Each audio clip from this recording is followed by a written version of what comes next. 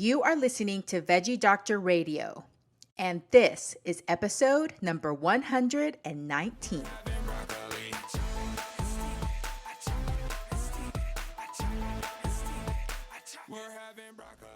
Hey, I'm your host, Dr. Yami. I'm a board-certified pediatrician, certified health and wellness coach, author, and speaker. I'm also a passionate promoter of the power of diet and lifestyle in preventing and reversing chronic disease and bringing joy and longevity into our lives. This podcast is focused on plant-based nutrition, habit formation, motivation, and mindset so that you can have the tools to live the best life possible. Are you ready to get started? Let's do this. We're having broccoli.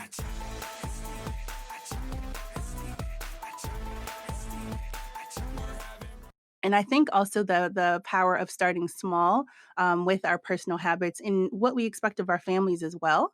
Hey, veggie lovers. Welcome back. I can't believe that we are wrapping up the pediatric series. It has been so amazing to interview all of these great guests. They're so knowledgeable, so loving, so compassionate, so many reassuring words. And I really, really hope that you've loved it and that you've gotten something out of it, that it's answered some of your questions. But if not, let me know. What do you want to see on the podcast? Who do you want to hear? And next year on the pediatric series, who should I invite? Are there any guests that you would love to have on the podcast to talk about pediatrics and how to raise healthy, happy, long-living kids? So whoever you know, or if you have any ideas, let me know. And if you loved it and it was exactly what you needed, please let me know as well. So to wrap up the series today, we are going to hear from Dr. Qadira Ali Huff. She is so wonderful. I am so grateful that I got to meet her and see her light and the love coming through her. It's just wonderful. I know that you're going to fall in love with her too. But before you hear about Dr. Huff and the conversation that we had, if you would like to support my podcast, I would appreciate it so much. There's two ways that I'm going to tell you about that you can help contribute financially to the production of both the podcast and of my YouTube videos. The first is to become a patron. There's 3 levels, 5, 15, and 20. You only have a few days left, but if you become a $20 a month patron, then you are going to receive an autographed copy of my book, A Parent's Guide to Intuitive Eating, How to Raise Kids Who Love to Eat Healthy. But also the $15 and $20 patrons get extra perks like bonus content that nobody else gets anywhere else, monthly Q&As, fan requests, and lots of other fun stuff. So head over to patreon.com/thedryami or go to the show notes. The link will be there. The other way that you can support the show is by shopping. Who doesn't love shopping? So go to my affiliate store, dryami.com/shop. You're going to find a lot of my favorite things, and I get a small percentage of those purchases that will go back to help make the podcast and my videos better and to support our work. So thank you so much. I really appreciate it. If right now you can't contribute financially, but you need some help transitioning to a plant-based lifestyle, you need recipes, you need to learn more about this, head over to dryami.com/free. I have lots of goodies there. How to replace meat, how to replace dairy, eating out, shopping lists, and it'll be growing and growing because we'll be adding more goodies there for you. I would love to give a shout out to Bieber4556 who left me a review on Apple Podcasts titled Love. I enjoy listening to this podcast in between classes on campus and while I commute. Love the guests every episode and love the evidence-based approach. I do wish the episodes dove a little deeper into the science and medicine of why lifestyle changes occur after altering your diet. Otherwise, I'm a big fan and plan on listening to every episode created. Thank you so much, Bieber, for 556. I appreciate that so much. And thank you for the feedback. And yeah, I mean, if you veggie lovers want to hear more about why eating more whole plants actually works, why it helps decrease the risk of chronic disease and helps us live long, healthy lives, I can go into that. I can do it either through monologues or have some guests on here that are going to talk more about those kinds of things. So, for those of you that want the science, we can do it. But I also figured there's a lot of you out there that are in the beginning stages or you need more support that's less sciency and more practical. So that's what I try to apply. I try to make it actionable so that you can take these episodes and you can do something afterwards. I love the science. I'm a huge nerd, so don't get me wrong. But if you want to hear more science, we can put a little bit more science in there. Just a reminder that the information on this podcast is for informational and educational purposes only. It is not meant to replace careful evaluation and treatment. If you have concerns about you or your child's eating, nutrition, or growth, please contact your health professional. Okay, so Dr. Qadira Ali Huff. She is so beautiful. She is a board-certified pediatrician, certified lifestyle medicine physician, and she practices primary care pediatrics in Washington, D.C., with a slant towards preventive medicine. She got her medical degree from the University of Maryland School of Medicine and did her pediatrics residency in the community health track at Children's National Hospital in Washington, D.C. While at Johns Hopkins Bloomberg School of Public Health, she earned a Master of Public Health in Policy with a research focus on food systems and health disparities. Wow, that sounds really fun. So in her practice, Dr. Huff integrates lifestyle medicine into every visit through discussion on how lifestyle habits affect virtually every health concern. She loves coaching families on how to build healthy foundations through physical activity, plant-based nutrition, and stress management, among other strategies.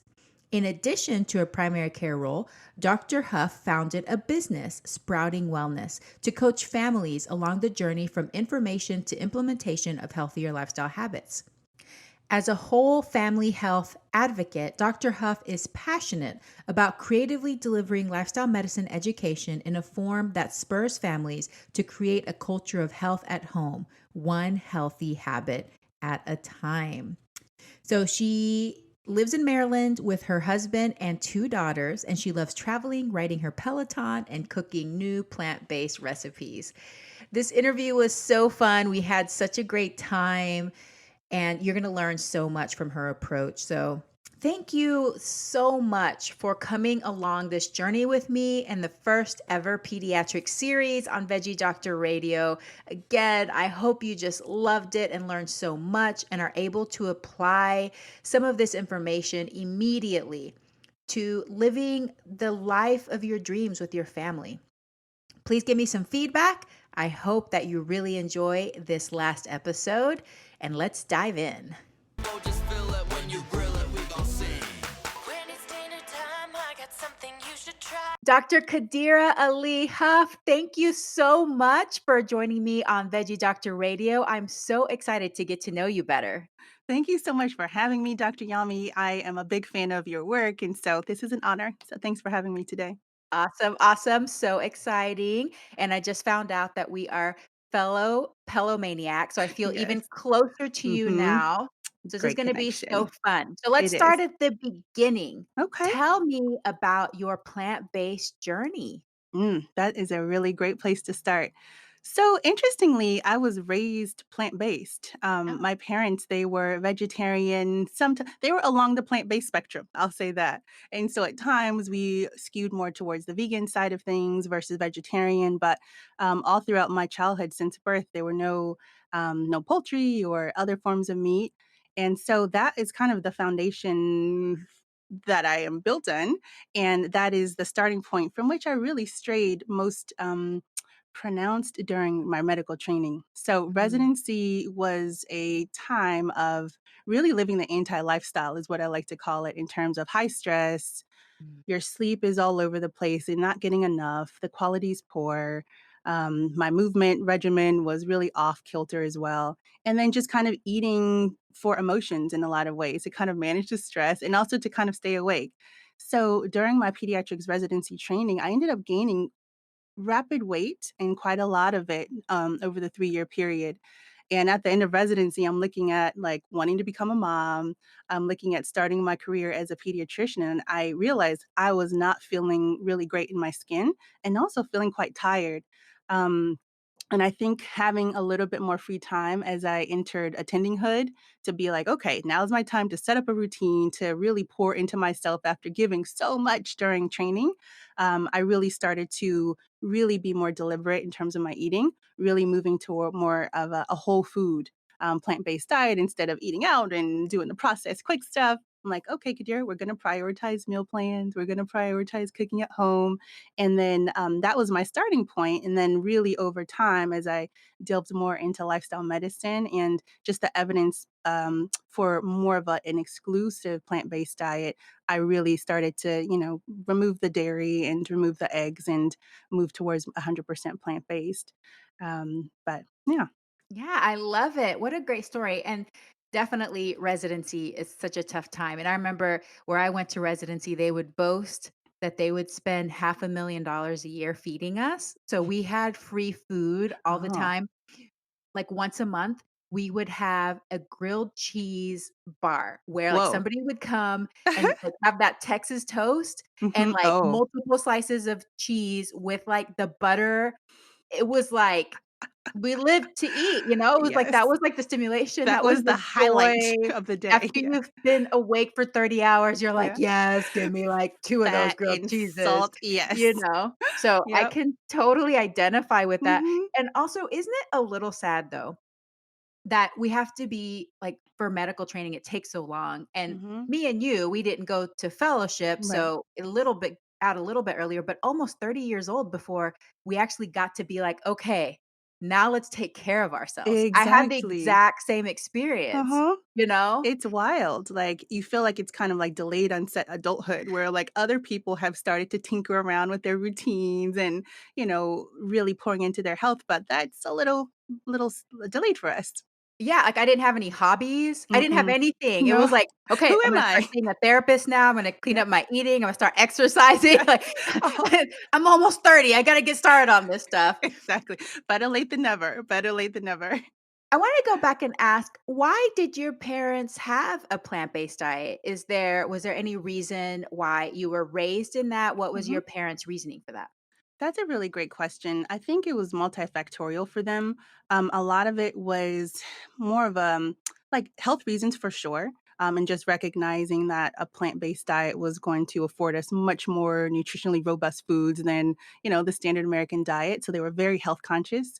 And then I think there was a political underpinning for them too. They were Mm. very active in the Black liberation movement in the 70s. They went to Howard University, and there's just a lot of political activism, and a big part of that was, taking power over our health and wellness and not relying on the medical system necessarily to provide that for you. And that there was so much power on even an individual level around what we nourish our bodies with. And that was a huge component, I think, too. Oh, wow, I love that. How Mhm. cool to have Mm. parents like that. That's Yeah. so fun. A fantastic example. I'm like trying my hardest to like pass that on to my daughters too. Well, speaking of, I wanted to talk to you about what lessons you have learned as Hmm. far as habit change when it comes to your own parenting experience. You have 2 daughters of your Hmm. own, and I know Hmm. that when we become parents, we have to go through that journey again, like, what do we Yes. wanna pass down to our kids? So what have Hmm. you learned on your journey? That is a really great thinking question, and I think it's an evolution. I think first and foremost, thinking about the moment after residency when I'm starting to establish habits was the importance of building systems Mm, and not relying on kind of, taking it one day at a time. When it comes to successful behavior change, I think having routines and a system that you build deliberately really comes in handy with the chaos of parenthood because, right, like life is full of wrenches and weeks change, from week to week. And so having that system already in place where, this is what I do almost no matter what, because obviously life happens and sometimes we're not going to be perfect. But one thing, as an example, was my meal planning. So I became very regimented. Saturday, I'm going to think about what do we want to eat this week? Trying to add some variety, but also recognizing I want to make things simple as well. But having a plan in place like Monday through Saturday, this is the plan. And then creating the grocery list after we have the meal plan on Saturday. And then Sunday, grocery shopping day. And so Mm. no matter how crazy the weekend is, I'm like, I know this has to happen no matter what.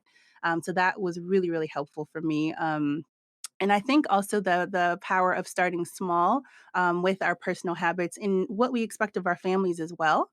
Um, During post residency, I really wanted to get back into jogging. Like I really enjoy running. It's just so therapeutic. It clears my mind. But I had really fallen out of the habit when I looked at post residency life. So I'm like, where do I start? Let's start small, half a mile. Let's Mhm. jog, walk half a mile. And then every couple of weeks, I would add another half a mile. But like all along the way, I was carving out that time to work out, even if it was very modest in terms of pace and intensity, but I was building it into my schedule. And then over time, I would incrementally add another half a mile, another half a mile. And then I looked up and after about, 6 to 9 months, I'm running a 10K. And Yeah. so really, it works. Um, and I would say the last thing in terms of parenthood is just be flexible, right? Like we have to be flexible with ourselves. We have to be flexible with what we expect of our loved ones. And I think that's a powerful lesson to our kids too, that like life is not perfect, right? Mhm. We as parents are imperfect, but I think that being able to model that like messiness and how we regroup when we maybe like have lapses in our ideal healthy habits, that's really powerful for kids to see too. Oh my gosh, so beautiful. I love it all. So amazing. Um, that systems thing is Yes. it's so important. It is. My whole life is built around systems and routines. Mhm. And what I think it helps the most because I'm a free spirit, but at the Mhm. same time, I want to ensure that I get things done.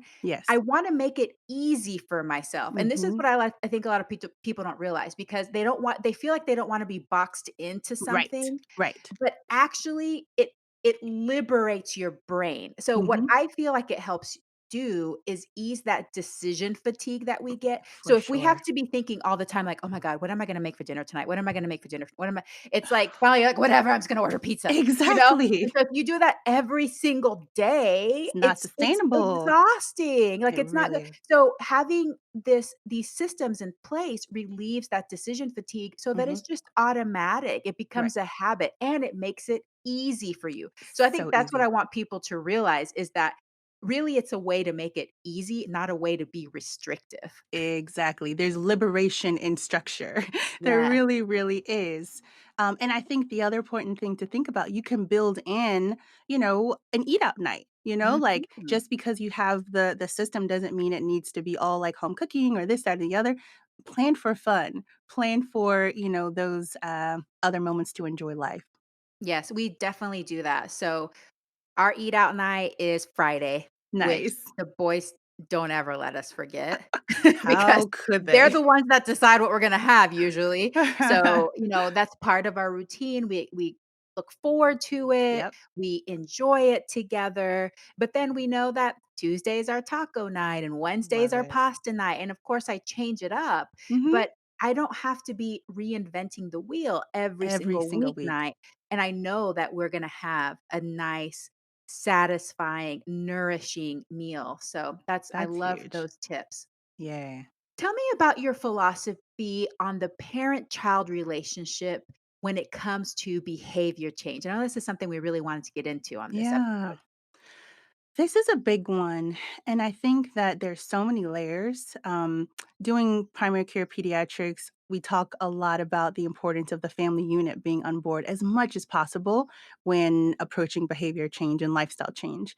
One big I think mental obstacle that I think parents have is recognizing that we shouldn't be asking the child to do anything for the most part that the whole family unit isn't going to support and be on board with. Mhm. Because when it comes down to singling out an individual child who might have, maybe elevated weight or other little health issues creeping up, it really leads to a lot of unintended negative consequences by doing that. And Mhm. also, the child isn't going to be as successful as the whole family being involved and having that support and knowing we're all working together towards a common goal of like health and wellness. Mhm. So I would say that's the biggest initial starting point. And then just recognizing that behavior change is going to be most effective when everybody works together, in terms of goal setting, in terms of supporting, and then also when everybody's working towards similar goals, you're able to make changes in the home, that are going to have a likelihood of being longer lasting. For instance, okay, if we're trying to cut down on juice, it's going to be really hard to do that if the juice is still there and everybody else is still drinking juice, but the one kid's being told, don't drink juice. Mhm. Versus, hey, we're all going to have this shared goal of like, we want to cut down on juice. We want to increase our water intake. Let's maybe buy half as much juice this week. And let's all maybe have a shared goal of maybe 1 cup per day. And we choose whenever we want to have that cup. And then you have that sense of teamwork. You have that sense of shared goals. So I think that that's really key to remember. And then as a part of that, one thing that comes up in primary care is that parents feel bad about asking other children in the home to be on board sometimes with these little health changes. And the other aspect I like to focus on when we're thinking about family focused behavior change is that everybody wins when we're trying to get healthier. And so let's say one particular child might be having a few health concerns early on that other children are going to benefit by making the exact same nutritional and fitness and even mindfulness changes. Everybody wins when these changes are made. So I think that kind of reframing from a perspective of maybe like deprivation or being restrictive to, hey, this is going to open up better health for everybody, so let's all try to get on board incrementally. And then lastly, I think sometimes it can be really hard as a parent to step fully into this role of boundary setting around food. Specifically, I find that. And by that, I mean parents feel bad for saying no to certain things like, oh, I Mhm. don't want to deprive them, or, I don't want to set up, an unhealthy relationship with food, which we absolutely do not want to set up an unhealthy relationship with food. However, one of our like fundamental jobs as parents is to create boundaries in all sorts of ways in our kids' lives. Like we have boundaries around, wearing seatbelts in cars. We have boundaries around getting schoolwork done. There are boundaries everywhere, and that's part of parenting. And so the same kind of empowering thought I like to apply to healthy lifestyle changes too. It's literally our job to teach children how to treat their bodies and how to live well, from head to toe. And so just kind of stepping in to that power as a parent. And it's a big responsibility. It's not one to be taken lightly, but it's one that's kind of fundamental to our job as parents. I think is an important mental shift as well. Yes. Oh my gosh, I love that. I feel that a lot of parents need to be given permission, like you said, to step Yes. into their power, to You can feel empowered. I've yes. had parents come into me that they have toddlers, I mean, like 2-year-olds. Mhm. And when I say, I'll say, like, are you brushing teeth? Are you helping brush teeth? They'll say something like, "Oh, they won't let me." I'm like, Right. "But they're 2." Yeah. You They're the parents. so, so I think that Yes. there are some parents that they feel so timid about it, Yes. but the same term that you said, like these boundaries, I call loving limits Yes. because it's true, like, I mean, I do teach intuitive eating, and Mhm. I do want parents to help children learn how to tune into their bodies, So to important. honor and respect their hunger and satiety. But if we just had like M&Ms lying around all the time, I mean, like, yeah, everybody's just going to be eating M&Ms Just all the eating it. time, So we have to set up our environment in the way that it's health promoting for Yes. everybody, for Yep. the way that our brains work as humans. So I think understanding those things is really important Mhm. whenever we're trying to take on these tasks as parents. So I think those are all great tips. Tell me a little bit more about role modeling. Why is Mhm. role modeling so important in teaching children healthy habits? So as cliched as it is, I think it starts with the idea that we're our kids' first teachers. Like it or not, they are learning from what we say, but more importantly, from what we do. And it can be a pretty weighty burden and sense of responsibility. And I think that parenthood, in so many ways, it challenges us to rise. It challenges us to evolve and to get better, not to attain some lofty goal of perfection, but just to be in evolution and in progress. And I think that applying that like frame of mind to healthy lifestyle, it's so key. And thinking about home being a health haven in a Mhm, way is like that's mhm. what I like to call it, where kids go out into the world, there's fast food, there's marketing, there's, this, that, and the other that are kind of enticing kids into maybe lifestyle habits that aren't always the best. And so you want home to be kind of that like home health base where they're getting that positive messaging, they're getting that modeling in terms of this is what we are aspiring to. Like, again, we're not going to be perfect. It's going to be like messy at times, but these are our fundamental principles in terms of healthy eating, in terms of how we treat our bodies, in terms of how we treat our minds. You want them to have kind of a default to fall back on, even if they stray, which is inevitable. And like going back to my personal story, like I had all these wonderful examples, and my parents were packing my lunches and all this. What did I do during residency? I strayed big time. But I always had that as like a default thing to fall back on where I had a sense in terms of what an optimal diet was. What does fueling my body really look like and feel like? And I think that's one of the most important jobs as a parent. And it starts with us trying our hardest to fight the fight too and to put these into motion. Yeah, oh, that's amazing. But I love how you keep going back to it's not about It's perfection really not. because really it is beneficial for children to see us problem solve, right? It's important for Absolutely. them to see that we're not just like born like these perfect broccoli eaters that we just want to eat No, broccoli all day long. Like no. we want donuts and pizza too, just like everybody Exactly. else. How do you work that into a lifestyle? And we can model that for children Yep. how we can choose health promoting foods, but also balance them, just like you were talking about before, that flexibility of balancing them with travel and eating out and Hmm. Hmm. celebrations and birthdays and all of that stuff. So I think that that's so important. But just to emphasize that it's not about being perfect, Absolutely So for not. the listeners out there, you just keep tweaking, you just Keep keep, tweaking. like you're saying, evolving, changing things so that you find what your sweet spot's going to be. And of course, once you find the sweet spot, things change and then you gotta find another A sweet new spot. sweet So spot. But yeah, I love the point about the moderation and modeling moderation. Just as Mhm. we model all these other principles of healthy lifestyle, moderation is a huge one that I really try hard to work at just because like we're so passionate about healthy lifestyle and lifestyle medicine, but I don't want to become an extremist in that. I Yes. want to really try to follow the middle path, and I think that that's something that I think all parents could remember too. For instance, my birthday just happened a couple weeks ago, and, like, we had birthday cake, and I was happy, and I looked Woo! forward to it, and, hey, on many nights of the week, we're gonna have banana and ice cream, we're gonna have fresh fruit, but on our birthdays, we can have cake, and Oh, that's yeah. that's that's how it should be. Well, happy belated birthday. Thank I'm you. sure it was super fun. It was. Why do you think parents struggle so much with role modeling and behavior and habit change? I think first and foremost, because it's hard.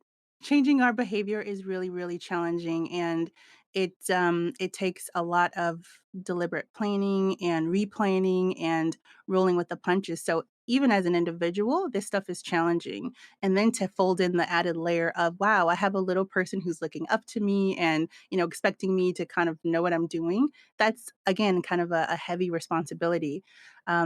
But I think that if you kind of track it back to the idea that we're all imperfect and we're all doing our best. And just to kind of have the basic standard of, I'm just going to try to keep making like moves in the right direction in terms of like healthy lifestyle, that goes a long way. But I think that it's really important to show that vulnerability, to show the human aspect of behavior change. And we're all just trying to just keep moving. That's it. Yes. Yes, Um, because really ultimately we want to give our children the tools to be able to do this themselves when they're Mhm. out of the nest, right? Like Exactly. we want them to be able to coach themselves. Obviously, we're still around, phone call, Mhm. FaceTime away, but eventually they're going to be out of the house You and got it. like just like when you went to residency, they're going to have to make their own choices. Exactly. So we have to role model that for them as well. Well, I want to know your opinion. Yes. Is it safe to raise fully plant-based children? That is a wonderful question, and my answer is a resounding yes, absolutely. Woo! I think that when you take a step back in terms of where we are nutritionally as a country, by and large, we're not eating enough vegetables. We're not eating enough fruits. We're not eating enough whole grains. Our fiber intake is abysmal. So this is kind of like the starting point for the quote unquote standard American diet. So when I start to discuss plant-based eating in my clinic, I approach it from a perspective of all there is to gain Mm, versus all there is to be lost from not having animal products around. And then also really reminding families that there's really nothing unique to the nutritional profile of animals that we can't get from plant-based sources, plus or minus a supplement. mhm. And so, what we will lose is the cholesterol and all the saturated fat, and the increased disease risk in terms of diabetes and cholesterol, high cholesterol, heart disease, cancers. These are all things that we get to leave in the rearview mirror as we move towards more of a whole food plant based diet. So it is absolutely safe for kids, and there's so much to be gained by moving families in that direction. Even incremental moves in that direction. It doesn't have to be an all or nothing move by any means.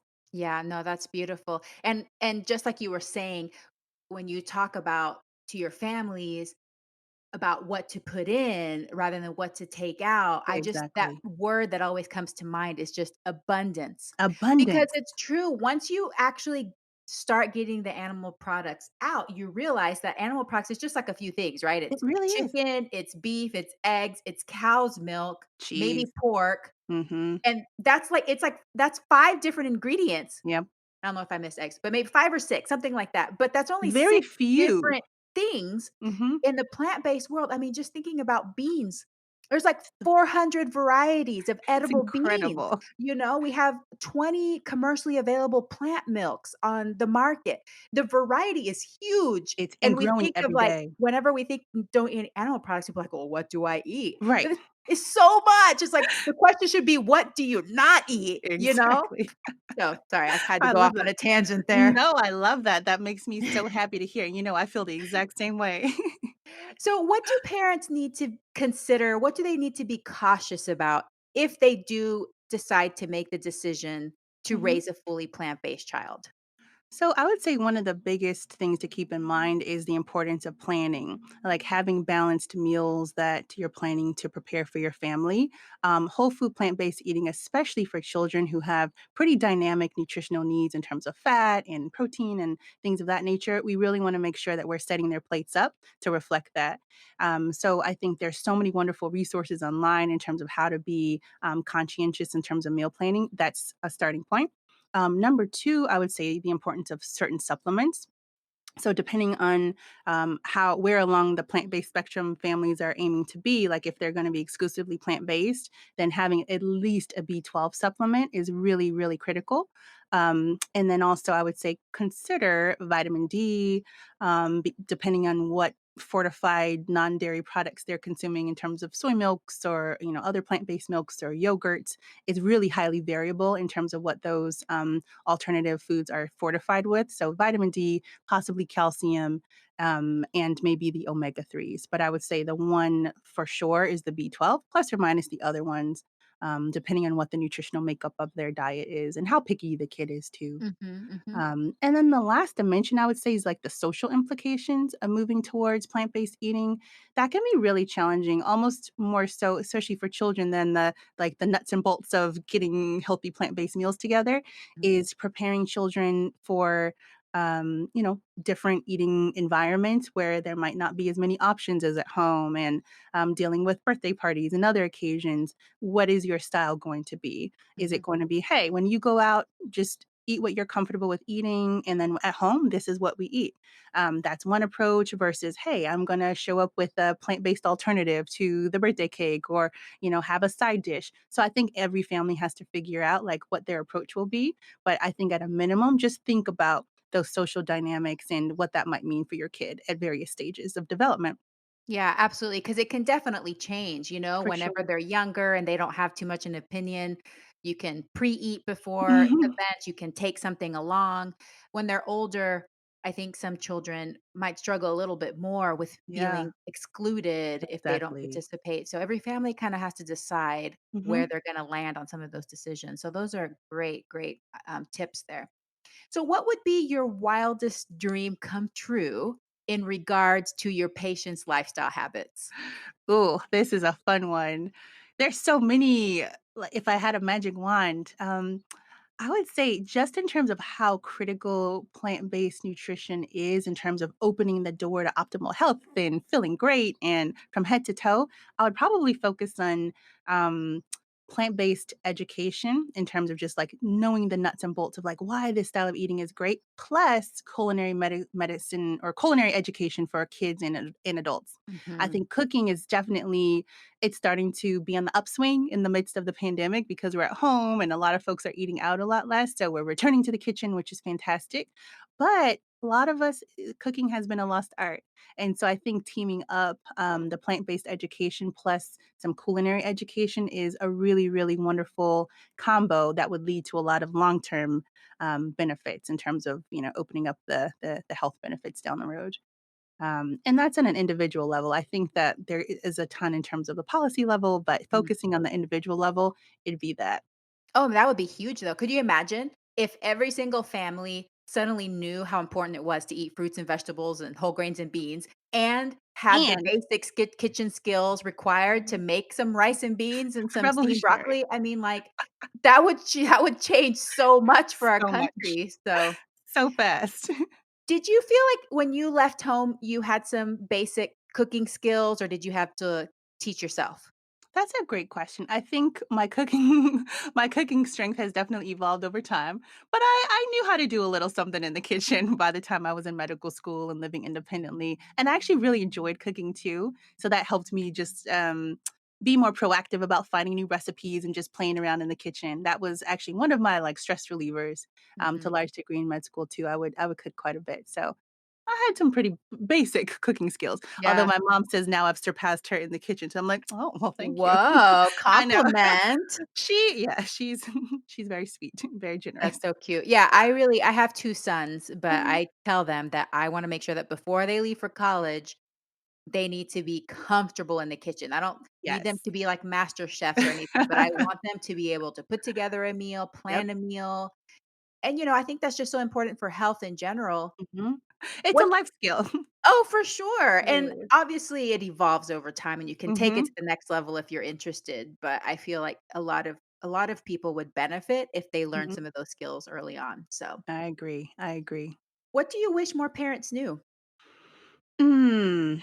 Oh, so many things. I think this pandemic has really highlighted how much work, quote unquote, parenthood is. Yeah. And at this particular moment, I just want parents to know they're doing awesome Mhm. and that they are the exact parents that their children need.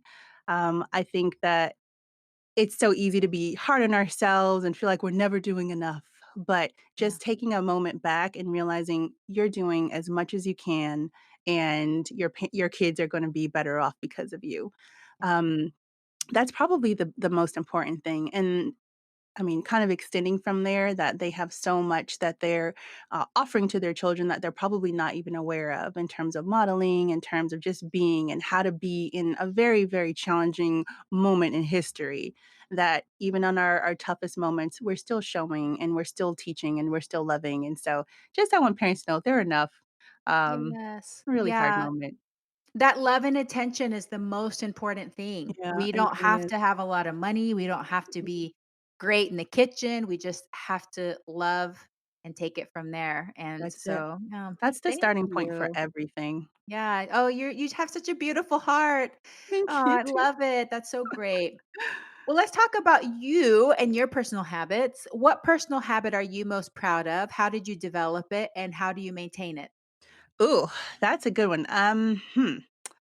I think I know I keep kind of reflecting back to this moment of pandemic living, but meditation and Mm, really starting to establish that as a close to daily practice because, again, progress, not perfection. mm, I've had a lot of stops and starts over the years, and I've always, been a spiritual person, but I've always kind of recognized that meditation would be just the next level in terms of stress reduction and being in the moment and just evolving as a person. yes. And so my hospital actually over the past couple of years, they started offering training initially for physicians, but now it's been expanded to any employee of the hospital training in the art of living, Mm, which is kind of a meditative breathing technique that's founded in yoga and some other forms of breathing.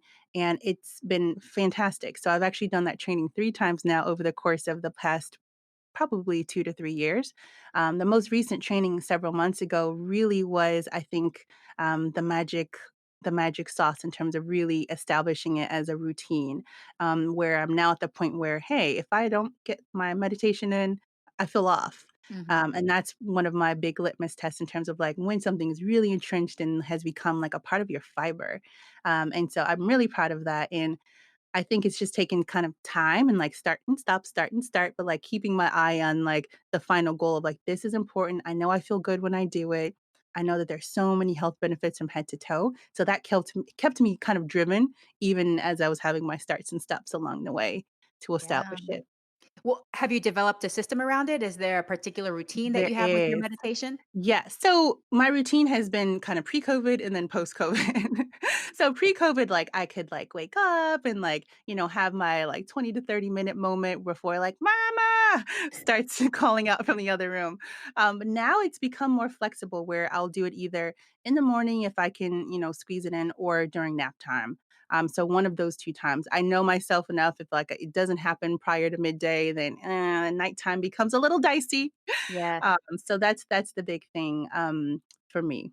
I love it. Yeah, I'm a meditator too, and I Oh, do okay. it after my exercise because I found Nice. that after I exercise, I'm able to go a little deeper because Mm. those endorphins kind of help me Mhm. settle a little bit. Because otherwise, I have crazy monkey brain, Oh, and yeah. like 5 minutes, and I'm like, checking the how long has it been? It's been 30 minutes. So that's awesome. Oh my goodness, this has been such a great It conversation. I has. feel like we have so much in common and Me share too. so much. So it's been so great to hear from you. I know that the listeners are going to want to check you out immediately. So please let my listeners know how they can connect with you. Thank you, Dr. Yami. So right now I'm most active on Instagram. Facebook will be built out soon, but for now I'm on Instagram at Qadira Huff MD. And then I have a soon to launch lifestyle medicine virtual practice Sprouting Wellness MD, also on Instagram. So, but I think finding me on Qadira Huff MD, that's a great place to start. And you have that website too, the Sprouting Wellness website, right? I do. Yes, that's up and running, and will be built out more too. Okay, great. Oh, so wonderful. Definitely follow her immediately. She posts some great stuff. Thanks, So, Dr. Yami. before we say goodbye, can you please leave my listeners with one call to action? What is one thing that they can start doing today to Mm, improve their children's health? I love this question. I would say schedule a family wellness check in. It doesn't Mm, have to happen today, but schedule it today. And this can be an opportunity to touch base on where your family is in terms of their healthy habits, and then start a conversation together about where they would like to move in terms of continuing on the journey of healthy living. And so at that family wellness meeting, you can create one SMART goal. And that's something that should be specific, measurable, achievable, relevant, and time bound. And so that should be the product ideally of the family wellness meeting. But schedule the meeting today and let that be kind of the launch pad to wonderful, wonderful movement together as a family. oh, that's awesome. I love this call to action. So, I'm assuming you do family wellness check-ins with your family. We And how definitely often do. do you do them with your So family? Every couple of weeks, we try to touch base in terms of how are things going in terms of our family fitness. Are we scheduling in terms of like going on our hikes and our family bike rides? How are things going? And then the other important part is like the mental health aspect, just touching in like how are we doing? Like, does anybody need extra support? Just because this pandemic again has there's a whole nother sub pandemic of the mental health aspect and Mhm. anxiety and depression being, just at record numbers right now. So really focusing there in terms of how can we better support each other, are people's emotional needs just as important as the physical needs being met as well. So every couple of weeks we try to touch base as a family. Oh man, I'm totally going to do this. Okay, guys, schedule a family wellness check in right now. And like we talked about before, it doesn't have to be perfect. You find Nope. your own style, you find your flow, how often you're going to do it, but let's give it a try. I think this Do is it. a great idea. I love it. Yay. Well, Dr. Huff, thank you so much for being a guest on Veggie Doctor Radio. I know that my listeners are going to benefit so much from all of your wonderful tips and experiences. Thank you so much. I had a ton of fun chatting with you, and I look forward to when we can meet non-virtually in In real life. real life, right? Yes. Exactly. Awesome. Well, I hope that you have a very plantastic day. Broccoli, chop my veggies properly with the cheese and the trees and the birds and the bees. Me tea, sweet peas. I hope that you enjoyed today's episode. Thank you for tuning in, and I look forward to having you back again next week. A very special thank you to the band Rocket Surgeons for permission to use the Broccoli song. To find out more about the Rocket Surgeons, please visit their website at rocketsurgeonsband.com or Facebook at Rocket Surgeons Music. Please subscribe so that you never miss an episode. Also, all of my social media links can be found in the podcast description. Send me a message and let me know what you think of today's podcast. Sharing is caring. Please share, rate, and review my podcast and drop me a line if you have ideas for future episodes. Thank you once again and have a plantastic day. We're having broccoli.